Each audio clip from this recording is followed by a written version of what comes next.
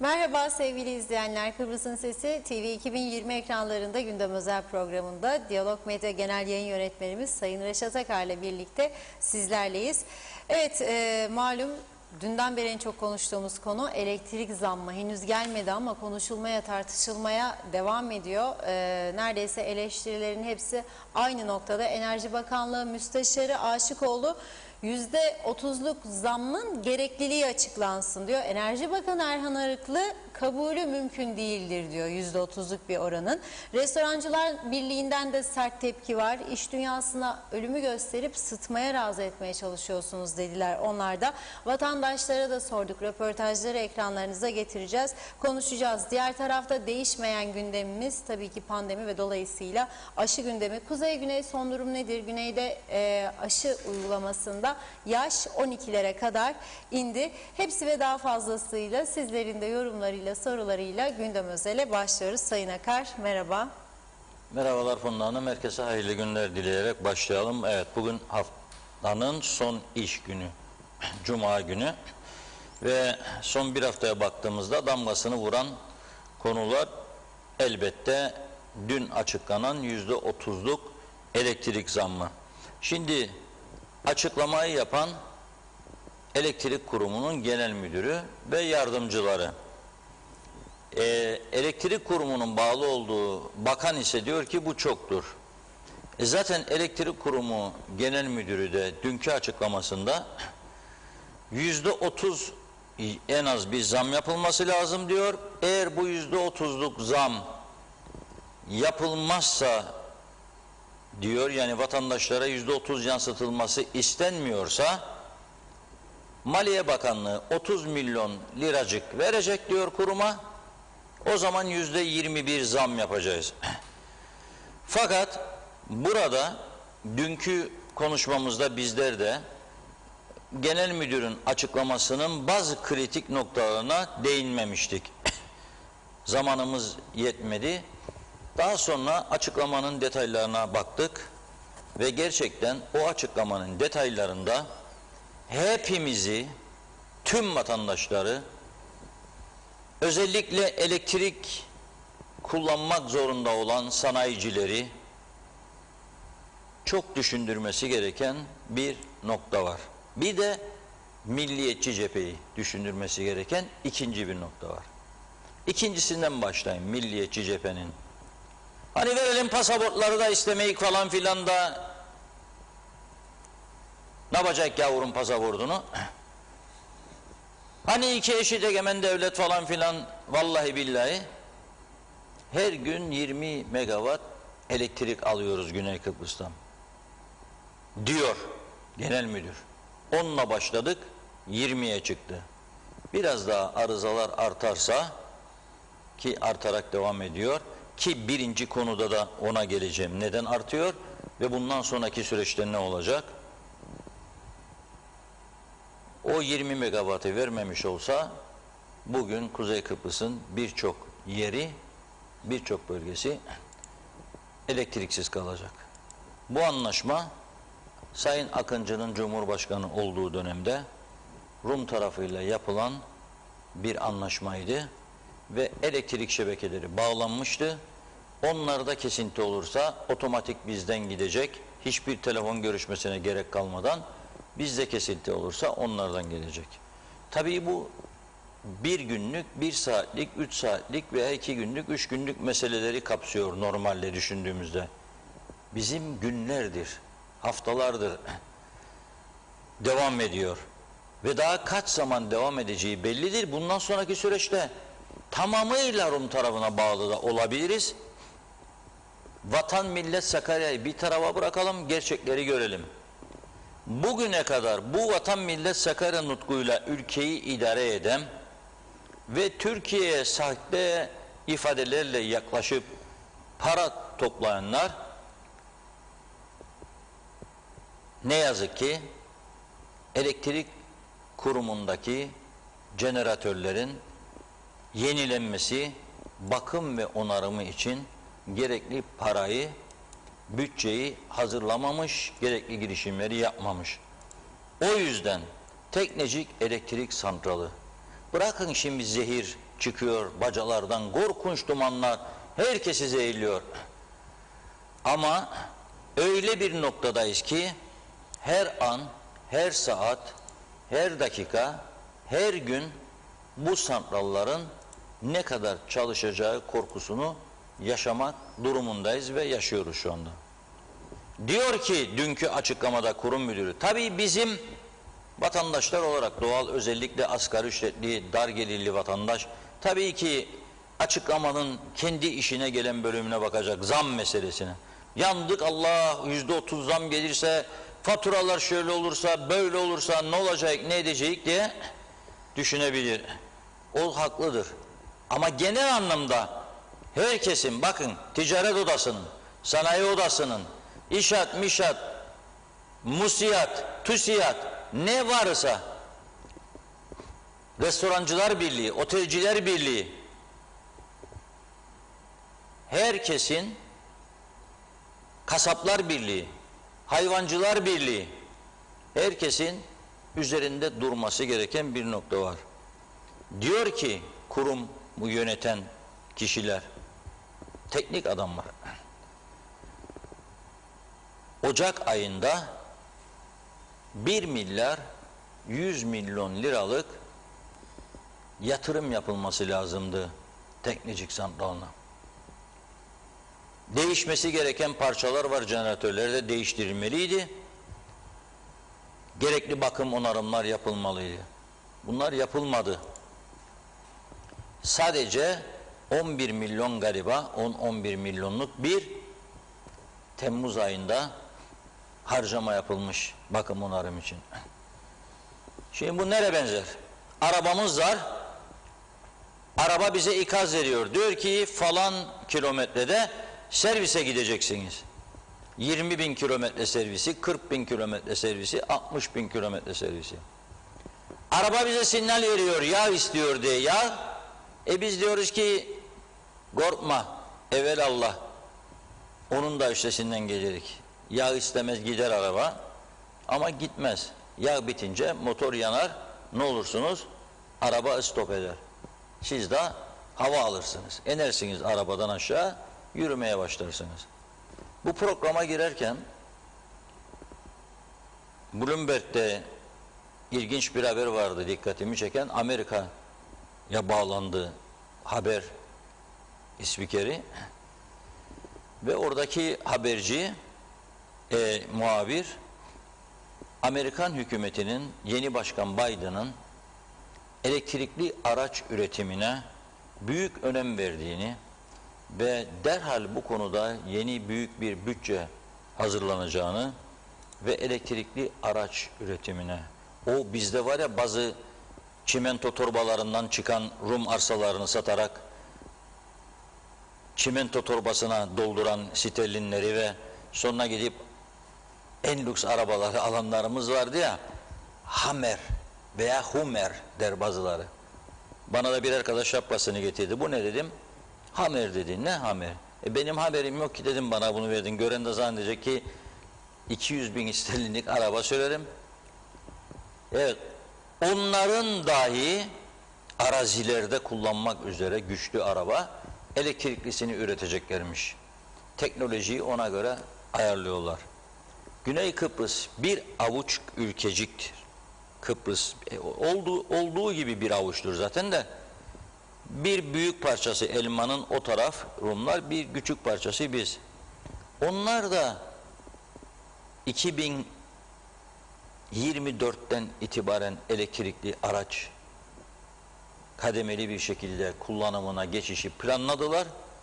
Bütçesini hazırladılar ve startı verdiler. Şimdi biz burada tekneciğin zehirlerini konuşuyoruz. Düşünün. Arabaymış, elektrikli arabaymış da kirliliğe karşı önlenmiş.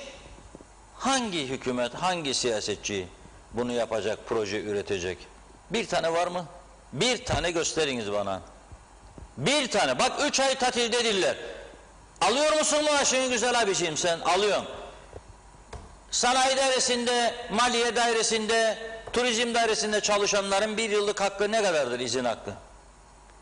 30 gün mü? 40 gün mü? 30 günse sen de en fazla 30 gün kendine layık görmelisin. En fazla. Zaten diğer aylarda, yılın 9 ayda hiç toplanmadılar. Yarım yamalak. Çoğunluk yok, nisap yok, toplanmadılar. Nisap var, toplandılar, salonu boşaltıp gittiler. Bir kişi, iki kişi konuştu. Haftada 2 gün. Neden oturup da bu elektrik konusunu masaya yatırmıyorsunuz? Popülizmden uzak, oy kaybetmeye endişesini, o popülist yaklaşımları bir kenara bırakarak bir defa bile olsun bu ülkenin geleceği için, bu insanların geleceği için neden oturup da ortak bir karar üretmiyorsunuz? Yeni bir yasa, yeni bir önlem ve harekete geçelim. Maalesef yapmıyorlar. Bütün kurumlar da bu konuda suçlu. Açıklama yapıyor şimdi Restorancılar Birliği. Haklı, yanıyorlar. Okuyacağım açıklamalarını. Tamam da biraz evvel söylediğim konuya gelelim. Bu zammı geri aldık, yapmayacağız dediler ki alamazlar. Para yoktur, zarar var. Büyük zarar var kurumda. Ne kadar gidecek bu elektrikler? Tamamen stop edecek bir süre sonra. Bakın söylüyorum, söylemedi demeyin. Görünen köy kılavuz istemez. Adamlar diyor ki parçalar değişmek istiyor. Yapıldı, planı, programı verildi. 1 milyar 100 milyonluk bir harcama, bütçe. Bunlar Ocak ayında yapılmalıydı diyor. Ağustos ayındayız. 8 ay geçti.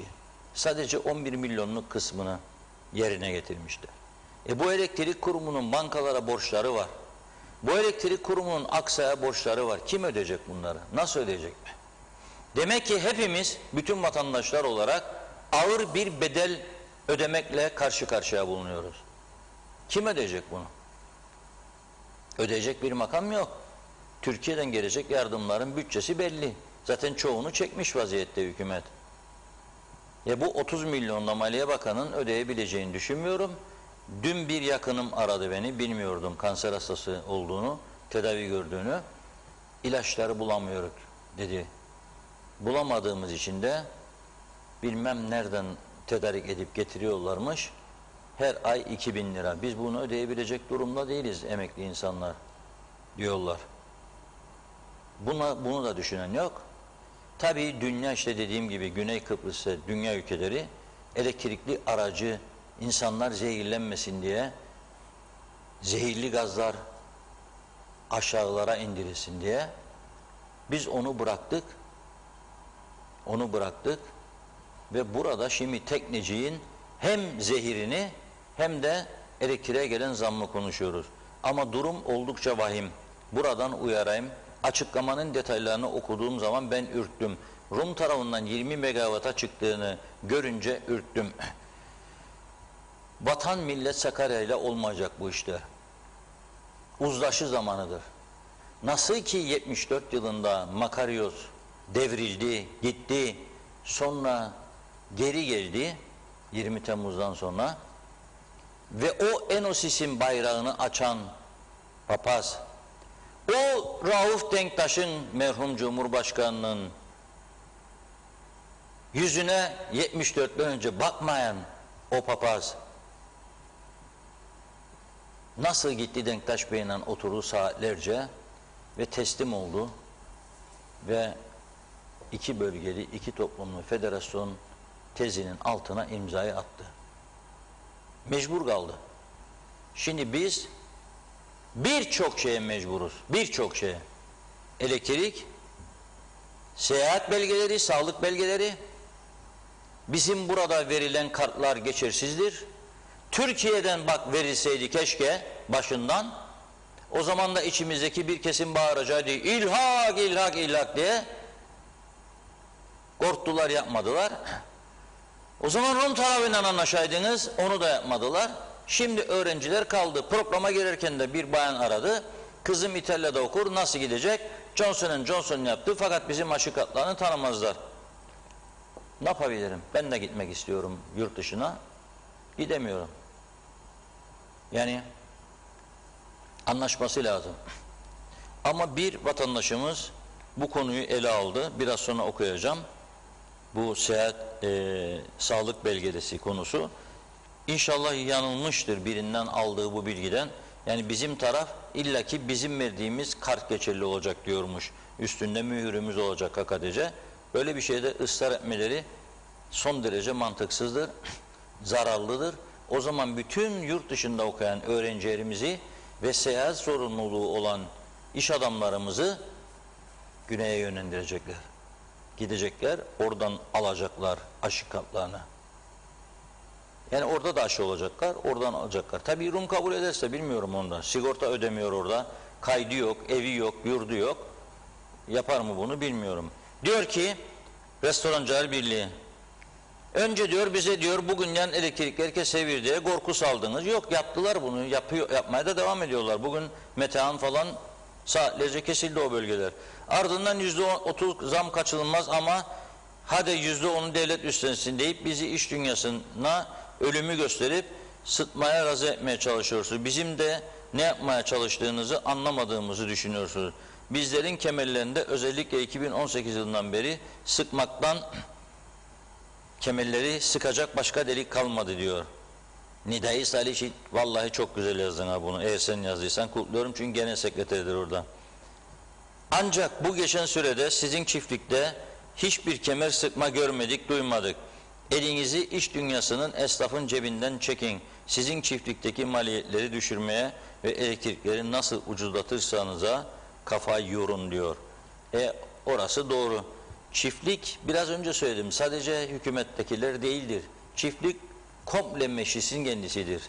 3 ay tatil, bu ateşin içinde memleket yanarken her taraf, esas sorun tüm meclistir. Tüm meclis. Karar üretemiyorlar, halkın sorunlarını çözmeye yönelik adım atamıyorlar, korkuyorlar. Hele seçimler var diye yakında dokunmuyorlar. Ne oraya ne buraya. Ben dün buradan çağrı yapmıştım. Kıptek çalışanları, sizler de uyanın, bırakın onu bunu hükümetlerinden kavga etmeyi. Bir uzlaşı noktasında uzlaşmaya çalışın bir noktada. Çünkü bu santrallar durursa yarın, teknecik tamamen durursa, üretim tamamen durursa, vatandaş elektrik kullanamazsa ve para ödemezse sizin maaşçıklar da ödenmeyecek. Ciddi bir kaos ortamına sürüklenecek. O yöne doğru gidiyoruz hızla. Onun için bir an önce akıllı insanlar ne yapar? Uzlaşır, asgari müştereklerde anlaşır ve düzlüğe çıkmanın yolunu bulur.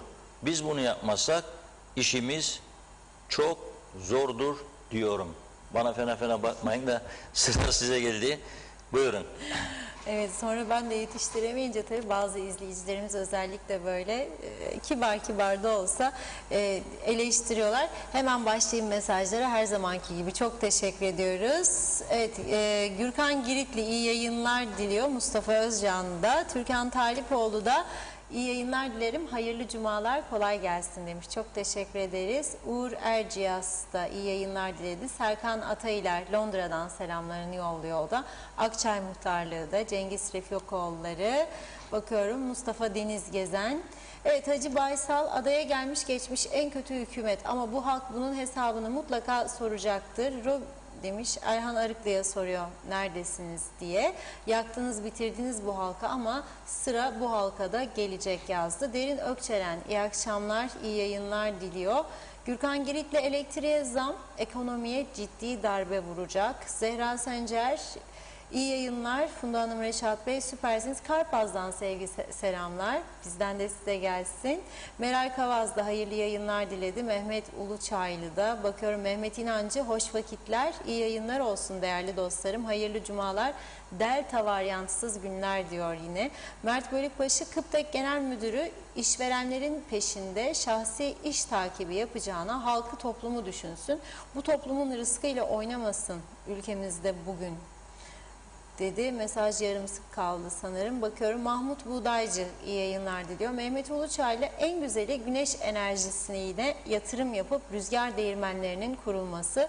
Barış Göktaş, Ben 21 yıldır güneyde yaşıyorum. 3 kez elektrik kesildi. O da araba kaza yapıp elektrik direklerine çarptı diyor. Bu daha iyi günleriniz daha da kötüye gidecek bu zihniyet olduğu sürece.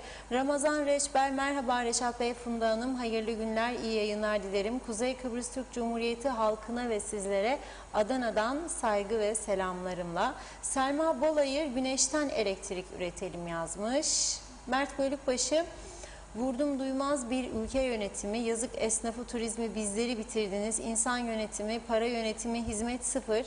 Ben her zaman söylüyorum, pahalılıkta 1. sınıf dünya ülkesiyiz, hizmette de 10. sınıf ülkeyiz dedi. Gürkan Giritli, meclisin tatilde olması çok kötü. Birçok yasa tasarısı var, yasallaşmayı bekleyen. Hasan Coşkun, Reşat Bey, kuzu fiyatı düştü, et fiyatı aynı. Kuzuyu alan yok, arayan yok, ne olacak diyor. Selma Bolayır, saraya ayrılan parayı buraya harcasınlar. Mert Bölükbaşı, bu devletin vekilleri ne iş yapar? Hangi yasayı toplum insanının yararına çıkardılar? 25 bin lira maaş, 500 bin sterlinlik evde oturmalar, vay be demiş. Fazilet Bıldırcın, güneş zengini Kıbrıs'ta neden güneş enerji sistemi kurumuna devlet kolaylık tanımıyor? Almanya bile elektriğin %16'sını güneşten üretiyor. Benim umudum yok bizden. Ömer Dağgül, hayırlı yayınlar. Çift aşılı kişilerden PCR testi için para almak yasal mı? Girne Leymos'un kültür evinde PCR için herkesten 10 lira ücret alınıyor dedi. Selma Bolayır'da Erhan Arıklı'yı soruyor. Mehmet İnancı, Reşat Bey, elektrik kurumunu halk önünde kendini temize çıkarmazsa 1 lira zam hakkı yoktur. Bunca zaman ihalelere karışan yolsuzluk iddialarını temizlemesi gerektiğine inanıyorum. Sayıştay raporlarında usulsüzlük yaptıkları kayıtlıdır yazmış. Sibel Çamlı, hiç mi alacağı yok bu kurumun diye soruyor. Alacaklarını da sayar mısınız bilelim yazmış. Doğan Falyalı, yollar ve çevre halledilmedi ki diğer işler düşünülsün. Sahi unutmadan asgari ücret ne oldu? Beklesin mi fakir fukara? Tuhaf, ne denirse kale alınmaz. Raif Erdal iyi yayınlar diliyor.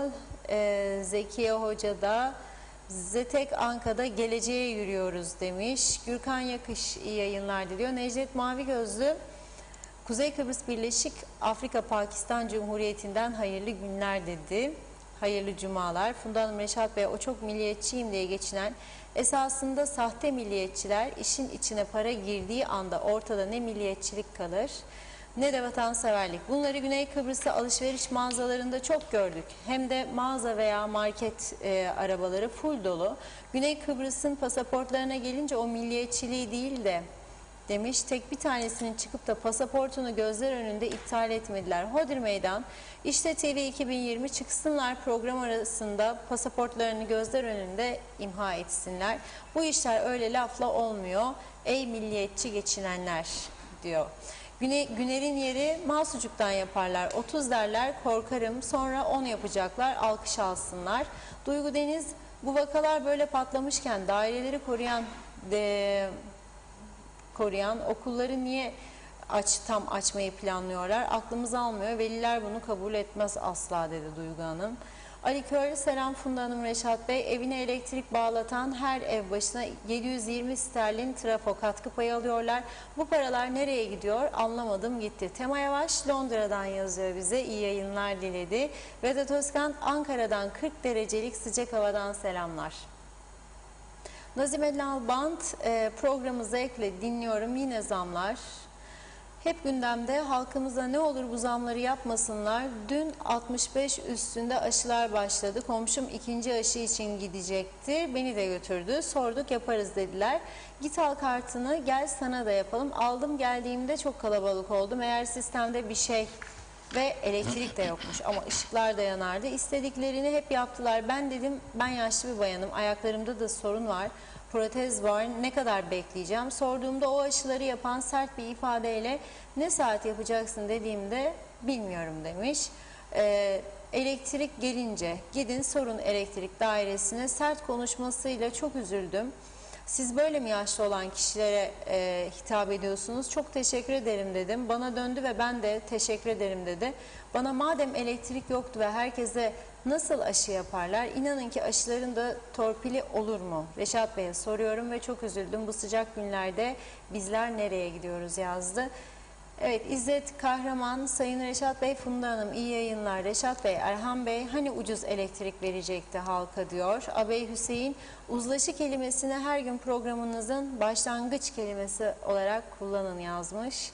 İbrahim Serdar Sırma iyi yayınlar dileklerimle. Mahmut Yıldır, az önce geldim. Alsancak'ta dondurma atölyeme elektrik kesilmiş. Yani inanın ki yetiştiremiyoruz. 825 lira yatırabildim. Elektrik açıldı. Hala 600 lira borç kaldı. Daha zam peşindeler.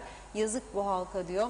Ulus Barani, Bakan Arıklı Yönetim Kurulu Başkanı, Sendika Başkanı ve İhale Komisyonu Başkanı diyor, korkmayıp bu sorunları Reşat Bey'in yöneteceği bir canlı yayında halk önünde tartışsınlar ve kim haklı kim haksız görürüz.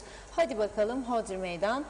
Ümit Sarı'dan iyi anlatıyorsunuz, sadece icraat yok demiş. Vedat Özkan, sabah bir kanalda izledim.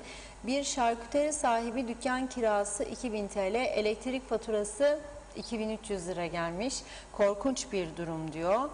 Evet, Hasan Çevik de iyi yayınlar. Ülkemizin en önemli ihtiyacı şu an bir saray, 2 meclis binası, 3 süper lüks makam araçları, 4 millet bahçesi, 5 bakan maaşları %100 zam diye eklemiş. 6 izaz ikram sınırsız diyor. Zenginlerden 0 vergi.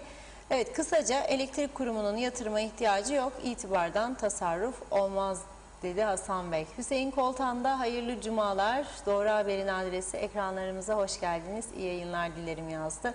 Okan Baysan, elektrik, su, yol vesaire gibi yatırımlar ciddi altyapı planlamasıyla hayata geçirilebilir. 74'ten beri 31 hükümet değişti ve bunların hiçbiri büyük yatırım yapmak için uzun ömürlü değil. Gerçekçi olmak lazım.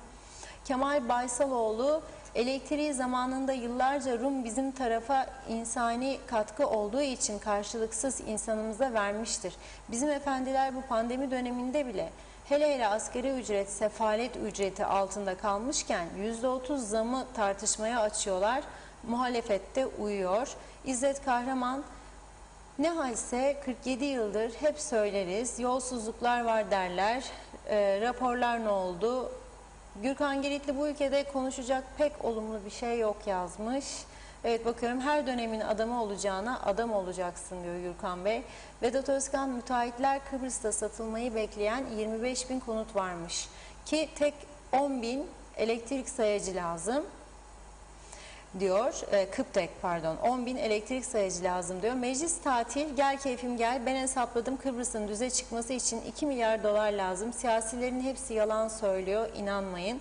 Enver Taşer, yeni asgari ücret ne oldu, unuttular mı yoksa öldü mü? Her şeye korkunç zamlar yapılıyor ama asgari ücreti düşünen yok, kolay gelsin yazdı. Seldal Bikem de iyi yayınlar diliyor. Zenginin parası, fakirin dili. Celal Bozdemir, Reşat Bey neden açıklamıyorlar? Borcu olanların borcunu bizler ödüyoruz. Böyle devam ederse borçlar ve sorunlar bitmez, zamlar da bitmeyecektir diye eklemiş. Hanefi Berk, bu hükümet şimdiye kadar gördüğüm en kötü hükümet. Bunların hepsi seçim zamanı halka kandırıp vaatler verirler dedi. Gürkan Giritli, kamudaki fazlalık araçlar satılsın diyor. Nazime Nalbant, evet, bu kadar mı duyarsız olduk? Kimse kimseye yardımcı bile olmak istemiyor. Böyle yaptıkça gelecek olanlar bile gelmek istemeyecekler. Olanları da yurtlarında bıktıracaklar. Ne olur böyle yapmasınlar. Çok üzgünüm. Yalçın Şensoy, bu millet her şeyi hak ediyor. Bir ayda akaryakıta 4 kez zam yaptılar. Vatandaştan ses yok. Şimdi de elektriğe %35 zam dediler. Onu da yaparlar. Bu vatandaş onu da kaldırır. Kimseden ses çıkmaz. Kabullenirler. Necdet Mavi Gözlü, merak ediyorum, bu aşılar özel buzluklarda eksi 70 derecede korunması gerekiyordu. Yazın bu sıcak havalarda 45 derece ve üzerinde bu aşılar ne derece bozulmadan kalabilir?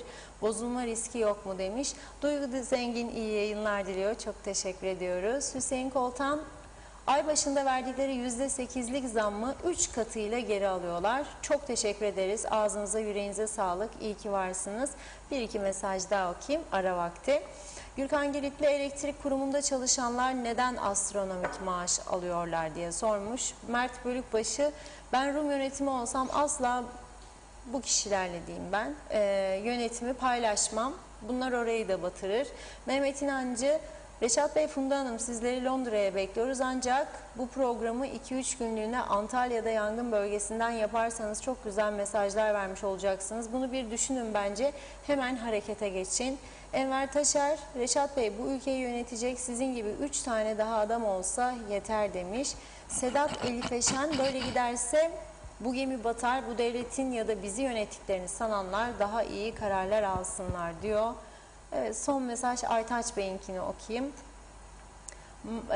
Merhum Ecevit de gazeteciydi ve siyasete girdi, başarılı oldu. Sayın Reşat Bey, lütfen parti kurun, bizler de size yardımcı olalım ve bu güzel Kıbrıs'ımızı kurtaralım. Çünkü bunlarda iş yok, saygılarımı arz ederim. Lütfen Çile Bülbülüm şarkısını da çalar mısınız diye ekledi diyorum ve mesajlara bir ara veriyorum. Evet Reşat Bey, buyurun. Evet, çok teşekkür ediyorum. Çile Bülbülüm bilmiyorum arkadaşlar, bulabilir mi? Telifsiz olanını bulurlarsa bir kısım olsun çalarız. Bugün başka bir şarkımız var gündemde. Onu kaç gündür erteliyoruz. Onu vereceğiz ama Çile Bülbülüm'e de mutlaka bugün değilse başka programlarda yer veririz. Şimdi elektrik konusu çok çok önemli olduğu için tabii vatandaşlarımıza da sorduk. Şimdi onları ekrana getireceğiz ama vatandaşlarımızın görüşlerini ekrana getirmezden önce bir önemli noktayı daha aktarmak isterim. Yine Elektrik Kurumu Genel Müdürü Sayın Gürcan Erdoğan'ın dünkü açıklamasında yine haberlerin ön saflarına çıkmayan, dolayısıyla da vatandaşların gözünden kaçmış olabileceğini düşündüğüm çok önemli bir noktayı daha aktarmak istiyorum. Az önce bahsettiğim, endişe belirttiğim konuyu tam da %100 destekler vaziyette. Şimdi Funda Hanım mesajları okurken bir daha baktım açıklamasına ve orada gördüm. Şöyle diyor, 3-5 yıl sonra diyor, biz bu jeneratörleri çalıştırma için fuel oil'e erişemeyeceğiz diyor. Mümkün olmayacak. Yani vermeyecekler 3 yıl sonra bu jeneratörler fuel oil'le çalışması için. Çünkü zehirliyoruz her tarafı. Dolayısıyla diyor doğal gaza geçilmeli. Onun için de diyor 150-200 milyon euroluk yatırım yapılmalı. Onu yapma durumumuz da yoktur diyor. Şimdi 150-200 milyon euro neden yok? KKTC'nin bir yıllık toplam bütçesi 1 milyar euronun altındadır. Düşünün. KKTC'nin toplam bütçesi 1 milyar euronun altındadır. 200 milyon euro bunun 5'te 1'i eder. Tabii ki bu yönetim anlayışıyla bu parayı bulmak mümkün değildir. Ama bu şuna benzer. Şuna benzer. Size önceden bunun belirtileri geliyor. Diyor ki pencerenizin kenarı kırıldı, tamir ediniz. Aksi halde yarın yağmur, fırtına daha büyük hasara yol açacak, daha fazla zarar ortaya koyacak. Evin içine girecek ve sizi de uçuracak bu fırtına, bu rüzgar. Siz diyorsunuz ki daha zamanı var, biraz daha idare edeyim. Allah yardım eder, düşmez diye. Bakınız, Allah korusun benzeri olmasın. Geçenlerde bir köyümüzde muhtarımız, çok da değerli bir insan, Allah rahmet eylesin, kerpiç ev, bir şey olmaz bir şey olmaz diyordu ama bir gece bir yağışlı günde veya rüzgardan sonra aşağıya indi ev, kendisi de hayatını kaybetti. Çok yazık oldu, ben çok üzüldüm. Bu da size haber veriyor yıllardır. Bakınız, bu teknoloji olmaz. Sonra biz burada her gün Rum tarafında neler yapıldığını aktarıyoruz. Rum tarafına hasta olduğumuz, onları çok desteklediğimiz, çok her şeyi çok doğru yaptıkları için değil, ama doğru yaptıklarını aktarıyoruz ve diyoruz ki örnek alınız, siz de yapınız, yapabiliriz. Onlar 74'te her şeylerini kaybettiler, her şeylerini. Narenciye sadece bizim tarafta kalmıştı, Güzdürlüt ve Mausa'nın bir taraflarında. Onlar şu anda güneyde Yeni Narenciye cennetleri yarattılar. Bizim üzerimizde üretim ve ihracat yapıyorlar. Biz olanların büyük bir kısmını kuruttuk. Onlar çalışıyor, üretiyor. Biz sanki 74 öncesinde hiçbir şey yapmazdık, hiçbir şey bilmezdik. Öyle bir beceriksiz insanlarmışız gibi maalesef bu kötü siyaset ve küçücük bir ülkede 7, 8, 10, 12 tane siyasi partinin kurulması bizi bu hallere getirdi. Aynı görüşü paylaşan, bizim sol ne demektir sol? 2 tane şey kaldı elimizde şimdi, devlet kurumu. 1, KÜPTEK, elektrik kurumu. 2, telekomünikasyon dairesi. Sol dediğinde bizim ülkede bu 2 kurumu özelleştirmeyecek. Slogan bu. Bunları ezberlerler. Okul falan yoktur. Kendi parti meclisleri okul kabul edersek konuşulan budur. Özelleştirme yok. Felsefeye aykırı. 2, federal çözüm. Başka çare yok. Sağa bakarsak Rum'a güvenilmez. Yaşasın ana vatan, varsa olsa ana vatan, daha fazla yolla, biz daha fazla harcayalım. Onu bunu idare et, ona ver, buna ver. İşte her seçim dönemi ihtiyaç var yok, bakma, doldur bakanlığın içini. Daha çok vatandaş yap ki seçimde oy alasın. Onun felsefesi de bu.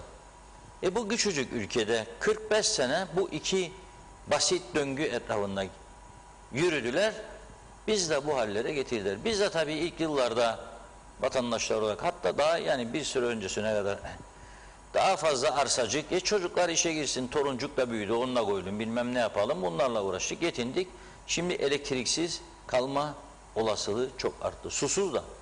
Suyu da söylüyorum. Bakın bozuldu. Koptu boru. Anamur'dan gelen. Kaç ay susuz kaldık. Baraj 0. Dibini gördü. Senin nerede hani kaynakların vardı? 18 tane göletimiz vardır. 12 tanesi su tutmuyor bunların. Basit paralarla da tamir edilebilirmiş. Bunlar öyle çok büyük para istemez. 80 bin, 100 bin Türk lirası bir parayla tamir edilebilir. Ama edilmedi, bakılmadı. Gittikçe büyüyor tabii. Şimdi 80 bin yerine 800 bin lira isteyecek. Yıllık bakım yapmadıkları için. Su tutmuyor. Barajlar bitti. Göletler gitti. Ama Rum tarafına bakalım. Barajlar şu an itibariyle de oldukça iyi durumda. Hiçbir tehlike yok. Sıkıştıkları zamanlarda denizden arıtma sistemiyle suyu arıtıp vatandaşlara içme kalitesinde su veriyorlar. Bizim gibi evlerin çatılarında ve zemin katında, bahçelerde korkunç su depoları yoktur. Tamam mı? Neden yoktur? Çünkü 24 saat suyu veriyor. Devlet olmak budur. Vatandaşına suyunu da götüreceksin, elektriğini de götüreceksin, yolunu da götüreceksin. Efendim biz işte parayı 13 lira verdik, 14 lira verelim. Şunu bunu. Bu hale getirdiniz. Adaletli bir düzen bu ülkede kurulursa bir gün, ki mümkün değildir, kurulmayacak. Çünkü adaletli düzenin bu ülkede oluşabilmesi için her zaman söylerim, büyük güçlerin destek vermesi lazım size. Polisin, askerin yanınızda olması lazım. O destek şu an itibariyle ufukta görünmüyor. Böyle bir cesaretli bir yönetim oluşması halinde. Hatta böyle cesaretli bir yönetimin oluşmasına karşı da çıkılabilir. İstenmeyebilir diye düşünüyorum. Bu benim şahsi görüşüm. Zor yani. Bu haliyle bu ülkenin başarılması mümkün görünmüyor. Akıl hocalığı yapmak lazım. İyi akıl hocalığı, iyi öğretmenlik, onu da yapmıyorlar. Peki ne oldu bu siyasetimiz? Sola bakın kaç tane. CTP, işte biraz evvel söylediğim gibi federasyondan başka bir şey olmaz. 2 kurum kaldı elde, özelleştirilmez. KT'ye de özelleştirilmez dedilerdi. Batırdılar, rahatladılar. Onların iktidarı döneminde battı. ETİ vardı, o da battı. Sanayi Holding vardı, o da battı. Ece Bisküvi vardı, o da battı. Batmayan hiçbir şey kalmadı. Haspolat'taki tesisler hepsi battı. Fakat hemen hemen aynı görüşleri paylaşan TDP var. İkisi de aynı. O da özelleştirme. Hayır. Federasyon. TKP var, o da aynı. BKP var, o da aynı. Bir tane YKP var, o da aynı. Kaç tane, bak saydım size, küçücük bir ülkede kaç tane sol parti daha var? Sosyalist var, başka şeyler var. Sağa bakalım. UPP, DP, ne farkı vardır bu iki partinin? Bir bütündüler zaten. Sonunda bakanlık, başbakanlık, başbakan yardımcılığı, parti başkanlığı kavgasıyla ortadan makasına kestiler bunları. UPP oldu, DP oldu. YDP, ne farkı var UPP, DP ile? Hiçbir farkı yok. Aynı çizgide. Vatan millet Sakarya, yaşasın ana vatan, paralar gelsin, çevirelim işleri, düzenler gitsin. Bu kadar. Başka bir şey yok. Halkın Partisi var, farklı gibi girdi siyasete, istediklerini yapamadı, verdiği vaatlerin çoğunu yerine getiremedi, bir kısmını yapmaya çalıştı, belki engellendi, bir kısmını yaptı. Hiç olmazsa bir eski başbakanı yargı aşamasına getirdi, o da ülkeyi terk etti. Ama ülkenin önünü açacak, yani yaşlanmış, çökmüş yasaları değiştirme başarısını kimse gösteremedi. Elektrik kurumunu yenileme kimse gösteremedi. Özelleştirme meselesini bitirme kimse gösteremedi. O yüzden gerçekten zor bir durumla karşı karşıyayız. Daha çok ciddi sorunlarımız vardır. Fakat aşı konusuna da vakit ayırmamız lazım. Şimdi bakınız, biraz önce bir izleyicimiz Londra'dan yazdı ki Antalya'da program yapınız diye. Giden bazı arkadaşlar da olmuş, Kıbrıs'tan duyuyorum. Bizim ekipler de gitti ama gazetecilerin, gazetecilikten bahsetmiyorum, KKTC'den giden yardım ekipleri. Şimdi önce bir de Güney Kıbrıs'tan gitti. Hatırlar mısınız? Karşıyaka'da yangın olduğunun ertesi günü burada 2 gün sonraki programda yazık dedim, bu itfaiye bu şekilde bu ülkenin yangınlarıyla baş edemez. Teknolojik açıdan çok geri kalmış, personel eğitim açısından çok geri kalmış. Kılık kıyafetler bile dedim yangınla uygun değildir. Son bir örnek vereceğim size şimdi. Artık yorumunu size bırakacağım. Bu bizim Türkiye'deki yangına yardımcı olmak amacıyla giden, KKTC'den giden ekip. Kıyafetleri görüyorsunuz değil mi? Birinin şortlar, üzerinde tişört var, üstünde. Hortum çekme falan, farklı farklı kıyafetler. Koruma var mı? Yüzlerinde, vücutlarında. Hiçbir şey yok. Bir de Rum tarafından Yunanistan'a önceki gün giden Kıbrıs Rum ekibi var, yangın söndürme. Bir de bunlara bakınız.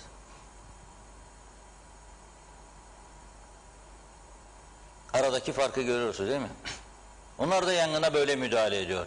Şimdi bu iki fotoğraf bile size sadece KKTC'deki her şeyin, ama her şeyin ne kadar ciddiyetsiz, ne kadar tutarsız, ne kadar dünyadan kopuk, profesyonellik dışı olduğunu göstermeye yeter zannederim. Allah der gider bizimkiler, ölüren dalı ölür, kalan kalır. Ailesine, çocuklarına bir mevlid okudurlar belki. Bu insanlar da yangına gider.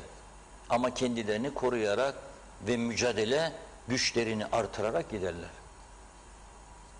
İyi bir eğitimden geçerek Avrupa normlarında bu kıyafetlerin de kanunu tüzüğü vardır. Bizde yoktur. İtfaiye güçlendirme, polisi güçlendirme, güvenlik kuvvetlerini güçlendirme, yolları yenileme, trafiği düzeltme, çöken kopan levhaları yenileme, ormanları koruma, denizleri, plajları koruma, temizlik, teknicinin gaza dönüşerek zehirlemeden üretim yapması, hiçbirini gündeme bile almadılar bunca zaman. Hiçbirisini ama. Bunun sonucu ne olabilir? Siz düşünün. Ama şimdi elektrik konusunu bitireceğim.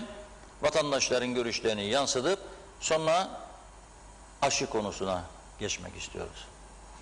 Kurumu dün biliyorsunuz bir açıklama yaptı. %30 gibi bir artış yapılması gerektiğini, kurumun zararda olduğunu ifade etti. Nasıl değerlendirirsiniz bu durumu? Zaten her zaman kurum zarar eder. Acaba vatandaş zarar etmez. Nereden kazanacak vatandaş? İşsizlik diz boyu. Pandemi de etkiledi. Tabii. Peki Devletin işi durmadan zam. Başka bir işi yoktur. bulur musun? Yanlıştır. Yanlış. İlk birinci halkın karnı doyacak. Ondan sonra zamlara. Halk aç. Yani bu devlet bu halkı resmen isyana teşvik eder. Bey, ne kadar elektrik faturası geldi size bu ay? 583. 583 evet. Geçen ay ne kadardı? 180. 180. Ha. O kadar fark nereden kaynaklı? Vallahi bunlar nasıl yaparlar ben de bilmem. Bazısını kontrol etmeden mi gönderirler? Sonra mı gönderirler? Bağlı olsun yani çoğaldık sonra bağlı olur. Bilmem nasıl yaparlar ama öyle aşırı da klimada birkaç saat günde bazen yaktık. Çalıştırıyorsunuz. Ben hep ıslahım zaten yakamam. Evet. Peki Bunu elektrik aldığımız zaman ne? 1-2 saat. açarsınız. Evet. Peki Kırtek dün bir açıklama yaptı ve kurumun zararda olduğu için %31 artış yapması gerektiğini ifade etti. Nasıl değerlendirirsiniz bu durumu? Zaten vatandaş alışmış. Eğer yapmazlarsa başları söylenelim. Vatandaş gene zam yapmadılar, vay gene zam yapmadılar. Onlar da mecburdur halkı tatmin etsin, mecburdurlar bulsunlar. Utanmazlar zaten. Daha iyi olur yani. Böyle taksit indirimleri, daha iyi olur. Etkiler. Artış vatandaşı etkiler tabii. Aldığı asgari ücret alır. Bir aile 4 kişilik bir aile ne olacak? Elektrikli, sudur ödediğinde ne olur? Hiçbir şey kendine kalmıyor. Asgari ücretin yükselmesi lazım yani. Bayağı etkiler çünkü zaten bilin asgari ücretten çalışan bizler, özel sektörde çalışan biri olarak yani bu zorlar. %30 çok. Yani 1000 lira gelen bir eve 1300 demektir. Ama artış bir şey yok. Bu halkı zorlar. Yani %30 eğer bir zam kaçınılmazsa ona göre bir otursunlar, bir karar alsınlar, daha düşük yapsınlar. Sayın Bakanımız dedi, Enerji Bakanımız şeyi ucuzlatacak ama bak görürsünüz her şey dünya bağısı. Kendi yiyeceğim parayı elektriğe ödemek zorunda kalacağım. Kendim ne yiyeceğim? Yani insanlar artık birini yani aile huzursuzlukları da olacak bana göre. Para yoksa huzur yok diyor. Tabii ki para varsa her şey var, para yoksa huzur da yok. Daha az demek ki o zaman ailene, çoluk çocuğuna demek ki daha az meyveni, sebzeni yedireceksin. Niye? Mecbur onu ödemek için yiyecekten kısacaksın. Ödemezsek Ödemezsek keserler. Elektriksiz yaşanmaz ki, elektrik mecburi bir ihtiyaç. Yani lüks değil, mecburi ihtiyaç, elektrik, su gibi. Ama maalesef bu ikisinde de çok sıkıntılar yaşıyoruz. Suda gerçi hala öyle yaşıyoruz da. Ben vadeli örneğin alıyorum, yazlar hepsi problem. Yapılırsa bir nevi felaket olur. Şimdi 900 ödüyorsam yapıldığı zaman 1200 ödeyeceğim.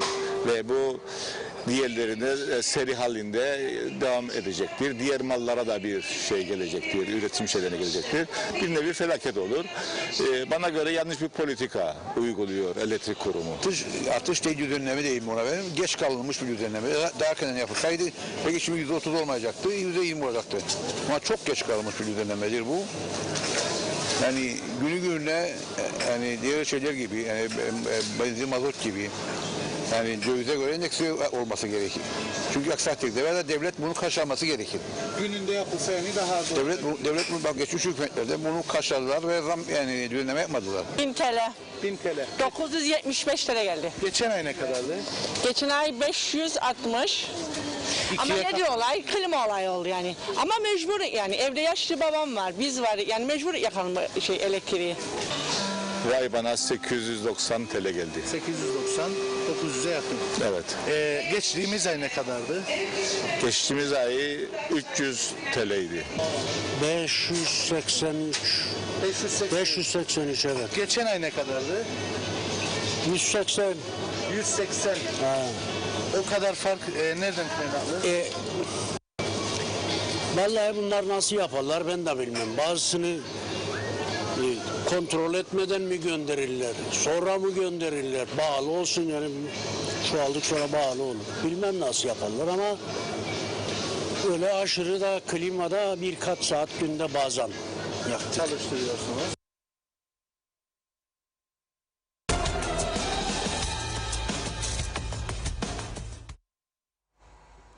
Evet, vatandaşların görüşlerini izledik ama biz bu arada bunları izlerken enerjiden sorumlu Ekonomi Bakanı Sayın Eren Arıklı telefon hattımızda şu anda bağlandı ve neden bu zama ihtiyaç duyuluyor? Kendisiyle bu konuyu konuşacağız. Sizler de eminim merak ediyorsunuz. Çünkü Sayın Arıklı bugün bir açıklama yapmıştı.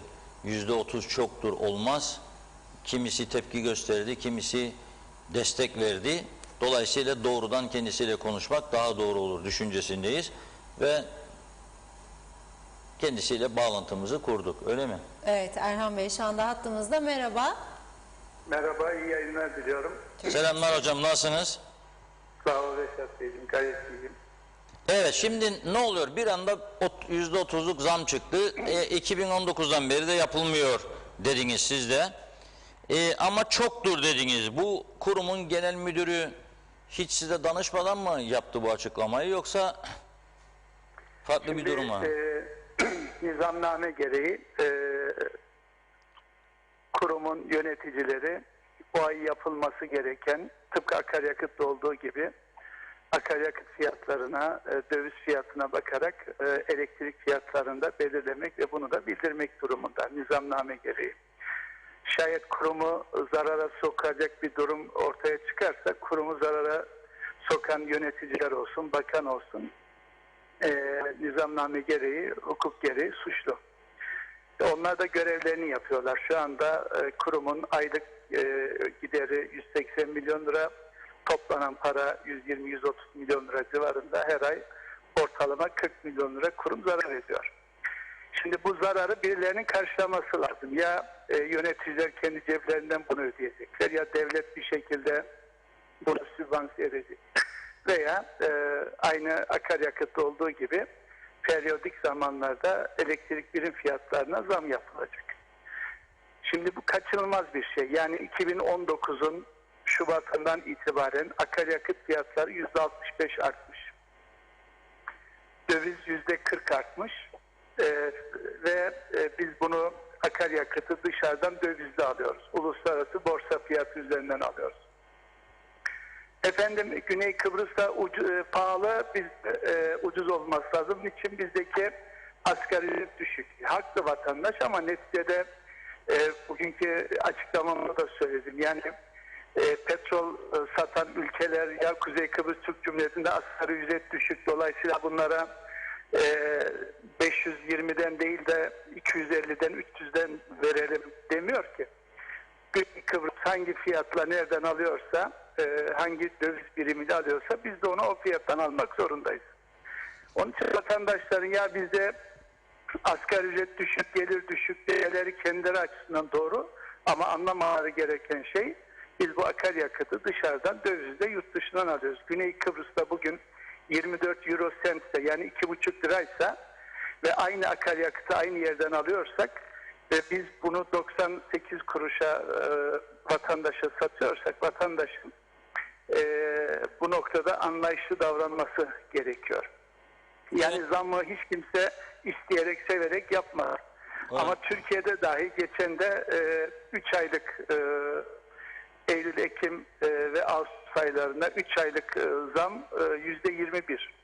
Türkiye'de bile şu anda elektrik fiyatları ki orada çok çeşitli enerji kaynakları var. Hidroelektrik santralinden tutun doğalgazına kadar, kömüründen tutun güneş enerjisine kadar birçok enerji kaynakları var. Orada bile şu anda son yapılan zamlarla 98 kuruşun üstüne çıktı konutlarda. Şimdi niye? Çünkü akaryakıt fiyatları dünyada artıyor. Evet. Bizim de şayet Kıptek'in batmasını istemiyorsak bir hal çaresi bulmamız lazım. Bugün öğleden sonra Kıptek yöneticileriyle birlikte Sayın Başbakan'la uzun bir görüşme yaptık. Evet. Pazartesi günü tekrar Bakanlar Kurulu sonrasında bir toplantı daha yapıp yapılabilecek şeyler, alınabilecek önlemleri konuşacağız. Evet, şimdi bugünkü toplantıda %30 ağırlıklı mı, yoksa yok canım sizin açıklamanızdaki gibi çoktur bir şeyler yapalım gibi mi bir şey var, böyle belirti? Yani 21 yani daha ne kadar 30'u ödesin. ne kadar aşağı çekebileceğimizi şu anda düşünüyoruz. Maliyenin durumu nedir? Bugün Maliye Bakanı da oradaydı. Maliyenin durumu nedir? Bu zamın bir kısmını 2018'de yapıldığı gibi acaba devlet tarifelerine aktarabilir miyiz? Bütün bu alternatifleri düşünüyoruz. Önemli olan hem kurumun çıkarlarını korumak hem de halkın, özellikle dar gelirli vatandaşların çıkarlarını korumak. İkisinin arasındaki dengeyi de bulmak zorundayız. Yani vatandaş lütfen bu konuda bize anlayışlı olsun. Dediğim gibi 2019'un Şubat'ından beri akaryakıt fiyatlarının %65, döviz fiyatlarının, dövizin TL karşısındaki artışı %35-40 civarındayken biz hala daha aynı fiyattan elektrik satamayız. Bu kurumu batırmak demek. Zaten kurum daha fazla evet, kurum ama daha fazla zarara girmesi demek. Bir müddet sonra akaryakıt alamaması demek. Aksayı ödememesi demek. Aksa zaten bize bir haftalık zaman verdi. Ödeme yapılmaması halinde elektriği keseceğini söyledi. Şimdi bizim bu durumda bir çıkar yol bulmamız lazım. Dediğim gibi bunun ne kadarını halka yansıtırız, ne kadarını maliye üstlenir, buna hep birlikte karar vereceğiz. Süreç devam ediyor. Şimdi tabii burada bir iki tane farklılık var. Rum tarafını verdiğiniz örnekle güzel, ara sıra ben de veririm. Tabii orada biliyorsunuz asgari ücret 780 euro, bizde 300 eurodur. Yani 380 euro pardon. Reşat Beyciğim, vatandaş da aynı şeyi söylüyor. Yani sizlerin aydın bir kişi olarak bunun ayrıntısına varmanız lazım. Tamam da yok bakıyorum. Yani hayır. Araplar bize atıyorum. Suudi Arabistan ya Kıbrıs'ta, Kuzey Kıbrıs'ta asgari ücret düşüktür. Biz bunlara ucuz elektrik verelim demiyor ki. Anladım. Ucuz akaryakıt verelim demiyor. Hocam anladın mı? Onun tartışması ayrıdır. Yani asgari ücreti nasıl arttırabiliriz, hayatı nasıl ucuzlatabiliriz, Şimdi pandemi döneminde neler yapılabilir, bunların tartışması ayrı. Tabii şimdi... Ama elektrik fiyatları günlük kurdan ödemek zorundasın, akaryakıt almak zorundasın. Evet, şimdi bakın doğrudur tabii, o daha yüksek euro alır, biz daha az euro alırız. Onun için öyle, ama vatandaş da kendi şeyine bakıyor, bütçesine bakıyor. İkincisi, bu sıcaklarda netice itibariyle herkesin evinde, yani bir odada olsun bir klima ihtiyacı var. Şimdi ama esas sorun bana göre bu Kıptek'teki sorun sadece bu zammı yapalım da bugünü kurtaralım değil. Dün sizin genel müdürünüzün açıklamaları çok dikkat çekici. Ben şahsen bunları görünce bu Kıptek'in bu şekilde pek uzun süre ayakta duramayacağını düşünüyorum. Yani diyor ki mesela doğal gaza geçelim, üretim 200 milyon euro istedik, o para da yok diyor. 1 milyar 100 milyon yatırım yapmamız lazımdı Ocak'ta diyor, bazı parçalar değişmesi lazım, jeneratörler falan, bunları yapmadık diyor. 11 milyon Temmuz'da yaptık sadece diyor. Siz bu kurumun geleceğini iyi görür müsünüz? Yani böyle dürüstçe, çekinmeden, çünkü seçim var falan düşünmeden konuşuyorsunuz zaten. Hiç düşünmüyorum seçimi falan. Bu kurum yaşayacak. Nasıl yaşatacağımızı da hep birlikte göreceksiniz. Ben geçen hafta Ankara'ya gittim. Ankara'da iletim hatlarının yenilenmesi için Türkiye'den kaynak talep ettim Enerji Bakanı'ndan. Proje sundum ve Sayın Bakan da sağ olsun derhal gündemine aldı bunu. Bizim elektriği ucuzlatabilmemizin 3 tane temel şartı var. Bunu hep söylüyorum. 1, arz güvenliğini sağlamamız lazım. 2, iletim hatlarını tamamlamamız, yenilememiz, aynı zamanda trafoları yenilememiz gerekiyor. Üçüncüsü de bunları yaptıktan sonra güneş enerji sistemine bol miktarda ağırlık vermemiz gerekiyor. Gündüz güneşten faydalanacağız. Gece de arz güvenliğinden faydalanarak kablodan elektrik çekeceğiz veya sistemden elektrik çekeceğiz. Bunu yaptığımız anda elektrik fiyatlarını çok daha aşağılara düşürme imkanı olacak. Evet. Bu 3 temeli yerine getirebilmek için birazcık zamana ihtiyacımız var, birazcık da sabıra ihtiyacımız var. Vatandaş bilecek ki şu anda bunları yapmaktan başka çaremiz yok. Bunları yapmaya çalışan bir iktidar ve o iktidarın bir bakanı var. Ve başka da alternatif yoktur. Başka alternatif kurumun özelleştirilmesidir. Başka alternatif özele üretimi ve dağıtımı sağlatmaktır. Bunu da hiç kimse istemiyor. Hiç kimse bunu istemiyorsa o zaman millet birazcık sabırlı olacak, bize biraz zaman verecek, bizim bu projeleri hayata geçirmemize imkan tanıyacak. Bunu yapabiliriz. Çok kısa bir süre içerisinde de bunu yapabiliriz. Ama buna dediğim gibi vatandaşın sabır göstermesi gerekiyor. Ama bunları yaparken diğer taraftan da kurumdaki o savurgan bütçeyi mümkün olduğu kadar toparlamamız da bir şart. Bugün konuşulan konulardan bir tanesi bu. Yani çalışanların ortalama ücreti, kuruma maliyeti 25.000 lira civarında bir paradır. İhtiyar sandık yatırımları senin 4 artı 4'tür. Orada 8 artı 8'dir. Yani bunlar çok büyük rakamlar. Evet. Bunların da aşağı çekilmesi, konuşulması lazım. Ama bizim şu anda günü bir şekilde atlatmamız gerekiyor. Kurumun önümüzdeki birkaç hafta içerisinde akaryakıt gelecek. O akaryakıtların ödenmesi lazım. Aksanın ödenmesi lazım. Aksayla konuşmamız lazım. Konuşuyoruz. Kira fiyatlarını aşağı düşürmesi gerekiyor.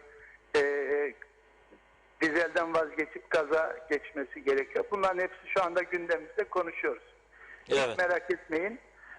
Azıcık bize zaman tanıyın. Her şey güzel olacak. Bu pazartesi toplantıdan sonra yeni tarife salıdan itibaren mi başlayacak sizce yoksa daha zaman alır mı? Onu da konuşuyoruz Reşat Bey. Tamamen maliye ile alakalı bir konu. Maliyenin imkanlarına bakacağız. Bizim maliyeden kurum olarak ciddi alacağımız var. Devlet kurumlarından, kamu kuruluşlarından alacağımız var. Belediyelerden, sulama birimlerinden, vakıflardan alacaklarımız var. Bunları tahsil edebilirsek bu ay zam yapma ihtiyacı kalmayabilir. Maliye Bakanı'na sorduk.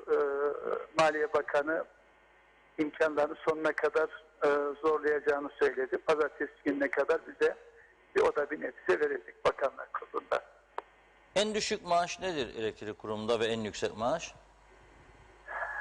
Yani ortalama 25.000 lira maliyet dediniz. Yani bu 25 yani 20 milyon lira civarında, 20-22 milyon lira civarında bir personel maaşı ve yatırımları var. Bunları böldüğünüzde 675-685'e takriben 25 bin lira civarında bir paraya geliyor. Ama burada bizim şu aşamada oradaki personelin maaşıyla falan bunlarla cedelleşecek, bunları gündemimize alacak durumumuz yok. Toplu iş sözleşmesiyle işçiye verilmiş bir haktır bunlar. Geçmişte verildi bunlar. Toplu iş sözleşmesi ortadayken personelden maaşlarında indirim istemek veya indirim istemek de ne kadar doğrudur bilmiyorum. Bunların hepsini önümüzdeki günlerde konuşacağız. Kamuoyunun bilgisi ve göz önünde bunların tartışılması gerekiyor. Evet. Peki çok teşekkür ediyoruz Sayın Arıklı. Ben teşekkür ediyorum. Bağlandığınız için sağ olun. İyi günler. Evet, dinledik Sayın Arıklı'yı. Çok mesajlar, biraz mesajlarla yol alalım, sonra aşı konusuna geçelim. Yani çok önemli sağlık çünkü. Evet, hemen hızlıca başlayayım. Genel olarak baktığımda böyle bir eleştiri bombardımanını görüyorum. Ahmet Ulubay, Kıptek'in giderleri ve birim maliyetindeki yükler halka şeffaf olarak açıklanmalıdır.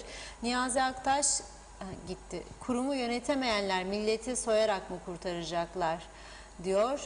Belgin Rıfat, muhalefet koltuğunda otururken bakan başbakan diye adam bakan oldu dedi, mesaj gitti. Çokça mesaj var. Şöyle biraz altlardan başlayayım. Hacı Baysal TV 2020 ağlama duvarı değil diyor. Erhan Arıklı'yı eleştiriyor. Dolar pahalı diyorsunuz ama diyor bu asgari ücretle de çalışanları düşünün demiş, eleştirmiş. Hasan Akıncı, o da diyor yalan camiyi çaldılar, kılıfını hazırlıyorlar. Vurduğunuz parayı nasıl hak ettiğinizi anlatıyorlar diyor. Selma Bolayır, bu iş ilahiyatçıların işi değil.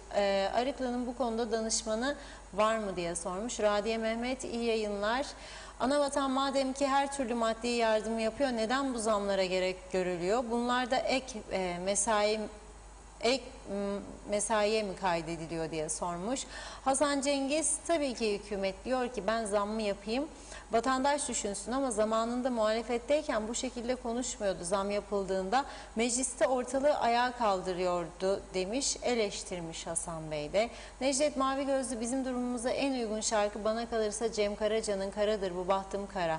Çünkü bu Kıbrıs Türk halkının hiç yüzü gülmedi, hiç güzel iyi haber duymadık, duymayacağız, hep kara haber. Onun için bize en uygun şarkı bu. Karadır bu bahtım kara, sözüm kâr etmiyor yâre, yaktın yüreğimi demiş. Eyvah, parantez içinde de kendim ettim, kendim buldum diyor. Yarın yine buluşmak umuduyla hayırlı akşamlar, hayırlı hafta sonları Funda Hanım, Reşat Bey. Gürkan Giritli, baraj %10 olsun da görelim demiş. Hasan Cengiz, denge bu şekilde kurulacaksa muhasebeci koyalım, o da yapar diyor. İsmail Bükülmez, Kıptek'teki yönetenler zam derdinde olmayın, insan olun. Ucuz elektrik nasıl buluruz? Buna kafanızı yorun. Neden tasarruf yapmıyorsunuz? Vedat Özkan, Kıbrıslı kardeşlerim, elektrik zammı sadece elektriğe yapılan zam değil, her şeye gelen zam maalesef. Sırada çöp arıtma ve atık su arıtma sorunları var. Bir an önce bu tesislerin kurulması lazım. Mustafa Özcan, Reşat Akar soruyor, nasılsınız? Erhan Arıklı, çok iyiyim. Vatandaş, ben iyi değilim diye yazmış. Muhammed Yıldız, akaryakıta zam geldi. Doğrudur, elektriğe zam gelmesin. Hacı Baysal, Erhan Arıklı'nın aldığı maaşı her vatandaş alsın, %50 yapın zammı. Siz 20-25 bin lira maaş alıp da 3.800 lira maaş alandan fedakarlık beklerseniz ayıptır diyor. Hasan Akıncı, Kıptek müdürü zam değil güncelleme diyor. Türkiye'de de zam oldu diyor. Dar gelirli kişilere elektriği kendi ödüyor. Gürkan Giritli, Rum'da 780 euro asgari ücret, bizde 380. Alev Arsal Duran, yani kısaca bir bardak su için, elektrik zammı için deniyor. Ben de mazereti halk üretir, çareyi siyasiler bulur sanırdım. Şaşırdım yazmış. Citrus El, Rum'da asgari ücret 900 eurodur dedi. Belgin Fırat, hangi devlette çoktur, azdır misali fiyat artışı yapılır ya da yapılmaz. Bence elektrik kurumu zaten battı. Siz halkı can yeleği olarak kullanmaya başladınız. Bu nasıl idare? Bence Arıklı biraz daha çok işine konsantre olup bu kurumu fazlalıklarından kurtulmalı diyor. Hem bu yıl yapılan kaçıncı zam diye de ekledi. Ali Taner Kocan'a, bir zahmette o elektriği ödemeyenler de ödesin. Oteller, bazı devlet daireleri. Arif Koruoğlu, halkı düşünen mi var? Bunlar halk düşmanı yazmış. Sayit Kumru da Sayın Arıklı'yı eleştiriyor. İstifa etsin diye bitirmiş mesajını. Belgin Rıfat, zamlarla yaşatamazsınız. Anlaşılan gündüz gözüyle rüya görüyorsunuz dedi o da Sayın Arıklı'ya. Ali Taner Kocan'a, her ay akaryakıt bittiğinde zam olacaksa vay halimize, Türkiye'den gelen paraları az yesinler dedi. Arif Köroğlu, evet, eleştirdi, öyle söyleyeyim. Metin Maraş Ali, hoş vakitler, kolay gelsin, iyi yayınlar dilerim, çok mersi. Belgin Rıfat, kış gelince mi güneş enerjisi kullanacaksınız diyor. Hacı Baysal, ekrana çıkıp hala akla... evet, o da eleştiriyor. Nasıl düzenleyeyim Hacı Bey? Gel benim evimden de kablo alın artık gidin diyor. Gürkan Giritli ne sabrından bahsediyorsunuz demiş. Ayıplar olsun. Hasan Cengiz o zaman asgari ücreti yükselsinler dedi. Belgin Rıfat tek alternatif kurumun özelleştirilmesi, başka yolunuz yok. 1+1 eşittir 11 değildir yazmış. Muhammed Yıldız ya Türkiye'den gelen su 6 lira tonu, daha önceden 3 liraya alırdık tonunu. Evet, Kıbrıs gazisi Bahattin Bayram, hocam bu çok sözümüz var ama bunlarla başa çıkamayız demiş. Hasan Akıncı çaldıkları paraya kılıf hazırlıyorlar. Sabır istiyor vatandaştan. Sabrı sandıkta göreceksiniz. Şayet ben sandığa gitmem dedi. Sait Kumru, Arıklı Sayın Kenan Akın'ın çeyreği kadar olamadı. Kenan Akın'a selam olsun yazmış. Hasan Çevik, Arıklı'yı dinlediğimde 47 senedir okunan masalların bir farkının olmadığını görüyorum. Dünyada varil petrol dibe vurduğunda bile adamızda fiyatlar düşmedi. Tam bir trajedi, komik film gibiler. Gürkan Giritli olaya. Belgin Rıfat, günü atlatma ancak çaresiz insanların yaptığı gibi bir şeydir. Zannedersem pazarlamacılık yaptığınız yıllardaki sistemle çalışıyorsunuz. Hala da aynı. Cemil Kurç, o da eleştiriyor. Tüm bunları yapması için yıllar ister. İnanan var mı acaba dedi. Erkan Kaya, Sayın Arıklı yanlış düşünüyor. Pandemi başında petrol 20 dolara düştü. Elektrik ucuza verilmedi. Kıptek bedava elektrik üretse yine fiyatı indirmez. Hayal kurmayın diyor. Emine Durmaz, işte bunları alamadıkları için bize devlet dairelerini ve büyük şirketleri koruyorlar diyor. Onlardan ücreti almayıp halktan alıyorlar. Mustafa Özcan, Allah aşkına bu ay zam yapmayabilirmiş. Çok şükür okuma yazmamız var. Aptal değiliz. Yaptınız. Adı da gizli zam. Bahriye Mustafa Ramadan, zam yediniz bitirdiniz halkı, ayıp sizin yaptığınız diyor. Halil Onur, o da Sayın Arıklı'yı eleştirdi. Faiz zam geliyor, insanlar işsiz, aç, mağdur. Kimin umurunda? Selamlar olsun. Niyazi Aktaş, işsiz insanlar nasıl ödeyecek? Ödemediğinde kesiyorsunuz. Neden kesiyorsunuz? Halk bir araç kullan, at. Sevilay Biranlı, bütün kamu kurum ve kuruluşlarının elektrik faturalarını da biz ödüyoruz dedi. Vedat Özkan, Kıbrıs maliyesi gelirlerinin %85'ini personel maaşı olarak dağıttığını Sayın Arıklı söylemişti. Nasıl yatırım olacak? Mümkün değil. Belgin Rıfat, demek ki tüm personel sözleşmeli. O zaman işiniz çok kolay. Feshedin sözleşmeleri, olsun bitsin demiş. Gürkan Giritli farklı bir konuda yazdı. Aşı kartlarında diyor sahtelik yapıyor bazı vatandaşlar. Necdet Mavi Gözlü, Türkiye'den su geldiği zaman suyun da ucuza geleceğini düşünüyorduk ama maalesef öyle olmadı. Lefkoşa Belediyesi 2,5 liraya aldığı suyu bize 7 lira civarında satıyor. Elektrik de eğer Türkiye'den gelecek olursa kimse heveslenmesin, elektrik ucuzlayacak diye şimdiki fiyatın üzerinde elektrik alacağız. Elektrik kurumunun zararını hep halka ödetiyorlar. Sanki elektrik kurumu kâra geçse halka kâr payı verirler de zararı hep halka ödetiyorlar. Gürkan Yakış, turizm olmadan ekonomi düzelmez demiş. Evet. Devam ediyorum. Mustafa Kahveci, Sayın Arıklı diyor ki devlet ve kurumlardan alacaklarımızı tahsil edebilirsek bu ay zam yapmayacağız. Demek ki faturanın ismi vatandaştır. Erdinç Elagöz, iyi günler, kara dumanlı petrolün ombudsman analizi için numune istedi, niye veriyormuş diye sorusu var. Mustafa Kaldırım, elektrik kurumu çalışanlara ayda 2500 lira elektrik bedava kullanıyor. Yetmiyor, memur olduğu halde risk ücreti alıyor. Yetmiyor, 2 kat maaş alıyor, sonra da kurum batıyor. Zam yapalım, milletin sırtına vuralım. Yok böyle bir şey. Metin Maraşeli, her şeyden fon alır hükümet. Bu fonların nerelere harcarlar acaba dedim.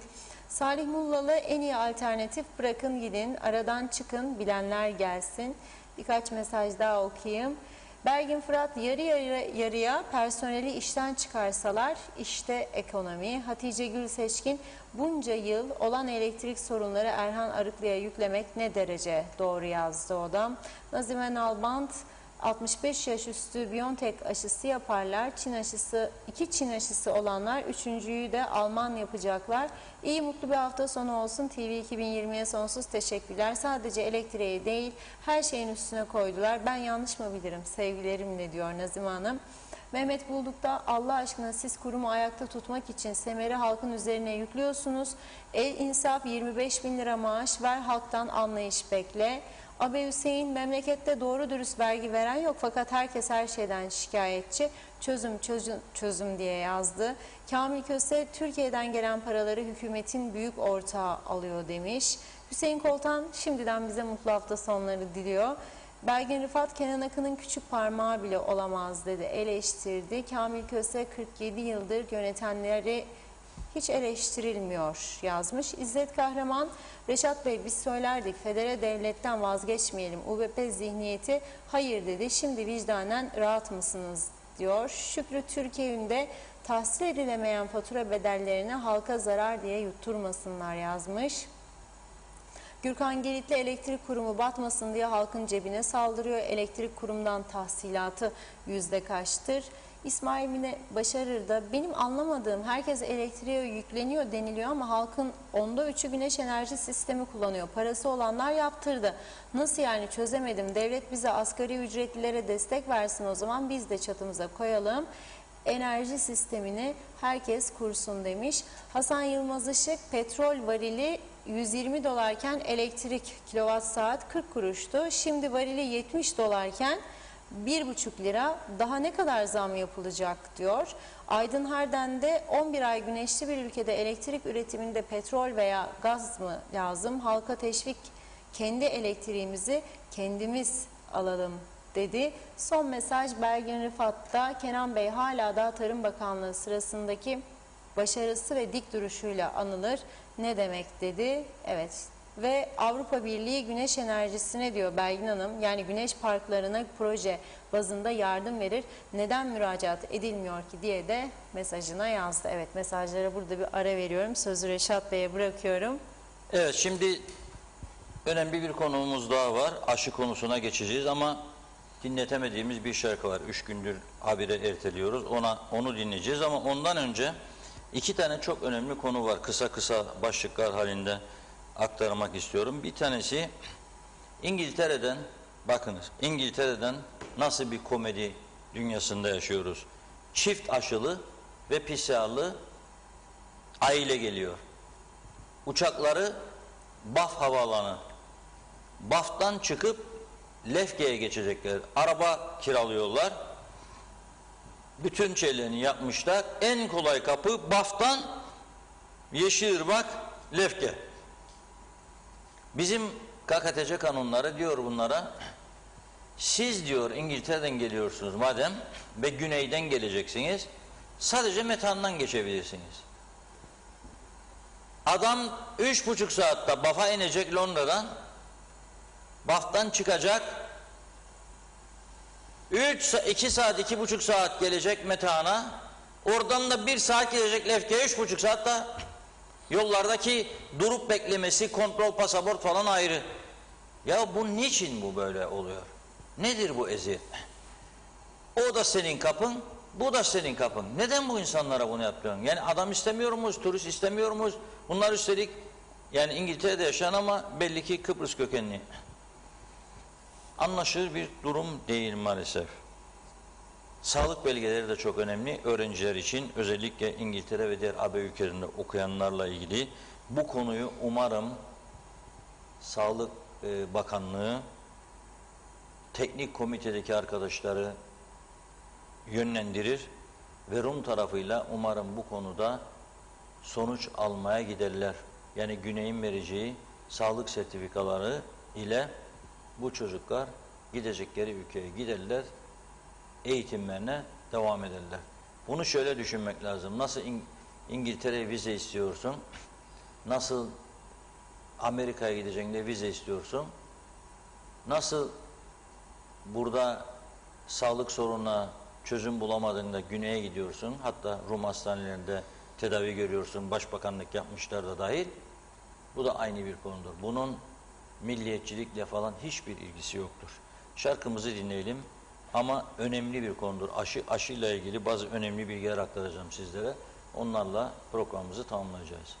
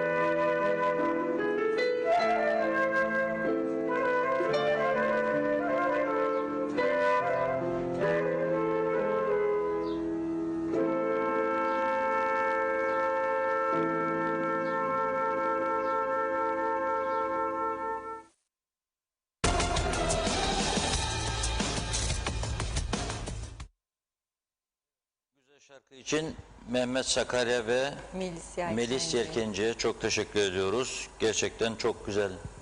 İkisi birlikte çok güzel seslendirdiler bu parçayı. Tekrar teşekkür ediyoruz. Şimdi aşı konusunda biliyorsunuz teşvik çok önemlidir. Rum tarafı, bakın programın belki de en önemli konusu budur. Başka taraflara kaymayalım lütfen, izleyelim. Rum tarafı son hafta içerisinde 12 ve 15 yaş arası çocuklara da aşılamayı başlatmış durumda. Ve ilk 3 gün içerisinde 981 çocuk aşılandı. Nüfusun %75'i ise aşılamayı tamamladı. Aşı olmayanların çoğunluğunu gençler oluşturuyor. Ama yavaş yavaş onlar da bu Safe Pass uygulaması yüzünden, yani Safe Pass olmazsa lokantalara gidemiyorlar, kafelere gidemiyorlar, alışveriş merkezlerine gidemiyorlar. Önce biraz protesto, saldırı, miting, yakma, vurma, baklar ki hükümet geri adım atmıyor. İşte böyle olması lazım bir yönetimin. Aldık karşımıza bütün gençleri mençleri bizimkiler olsa öyle diyecek. Hemen geri adım. Alma yok kardeş. Onların hükümetleri milletvekillerinden oluşmuyor. Teknokrat kabine. Cumhurbaşkanı istediğini atıyor oraya, istediğini de alıyor görevden. O zaman da adamlar memleketin yararına neyse halkın yararına onu yapıyorlar. Şimdi 12-15 yaş ve teşvikler de son derece etkili oldu diyorlar. Ve devam edecekler. Neden? Çünkü şu anda hastanelerde tedavi gören, korona tedavisi görenlerin %90'ı aşısız kişiler. Ve çoğunluğu da genç. Çoğunluğu da 20 ile 40 yaş arasında. O yüzden son derece önemlidir. Ben de bu arada Diyalog Medya grubu olarak bir mutluluğumu belirtmek istiyorum. Bir vatandaşımızdan gelen bu mesaj bana yayına başladıktan sonra bugün beni son derece mutlu etti. Şöyle diyor, ben bir aşı karşıtı değilim. Ancak diyor, bugüne kadar aşı olmadım. Gerekçem aşılara güven duymadığımdandır diyor. Güven duymuyorum. Ama sizin diyor, fuar alanındaki aşı ofisinin açılışında gösterdiğiniz maddi ve manevi çabalarınız beni fikrimden caydırdı diyor ve duygulandırdı. Ben de diyor bugün eşimle birlikte Girne'de ikamet etmeme rağmen fuar alanına gidip aşımı oldum, eşim de. İyi ki de gittik diyor. Öncelikle size ve Diyalog Medya grubuna teşekkür eder. Oradaki hemşirelerden ve doktorlardan da Allah razı olsun, bize çok iyi davrandılar diyor. Evet, biz de çok teşekkür ediyoruz. Bütün dünyanın öne aldığı konudur bu aşılama. Bazı insanlar karşı çıkabilir, kimse kimseye baskı yapamaz diyebilir, kabul ederim. Kimse kimseye baskı yapamaz. Ama bakınız, bugün çok yeni İngiltere'den bir haberi de ekrana getiriyoruz. Bir İngiliz hukukçu, ünlü birisi, Cambridge mezunu ve İngiliz gazeteleri başlıkları öyle attı. Cambridge kültürlü avukat aşıya karşı çıktı. 16 gün önce bir video yayınlamış aşıya karşı çıkan. Hiç gerek yok demiş. Fakat 58 yaşında tam 9 gün sonra, özür dilerim 16'da değil, o yayınladığı videodan 9 gün sonra koronadan hayatını kaybetmiş. İngiliz'in videosu var, fotoğrafı var, gönderdim ekrana, İngiliz'in video görüntüleri.